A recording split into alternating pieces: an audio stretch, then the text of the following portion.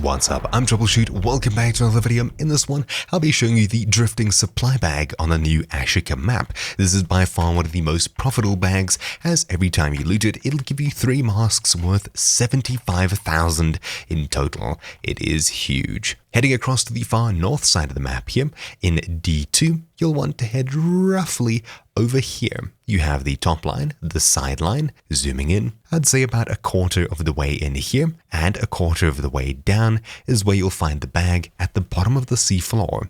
It's not so much drifting as it is sunken. Obviously, you'll need to bring a boat here, but you can swim out if you're sadistic enough, and it is one of the safest besides being the most profitable bags or loot areas in this game. From here, all we need to do is dive practically straight down. You can already see at the bottom of the ocean here, the bag. Simply swim up to it. You'll be struggling a bit for breath, loot it using the key, and head all the way back up to the surface. Anyways, that's about it for this quick guide. It is seriously profitable, and of course, one of the best bits of loot in this game. So, thank you all for watching. Mine has been Troubleshoot, and I'll see you all next time. Ciao!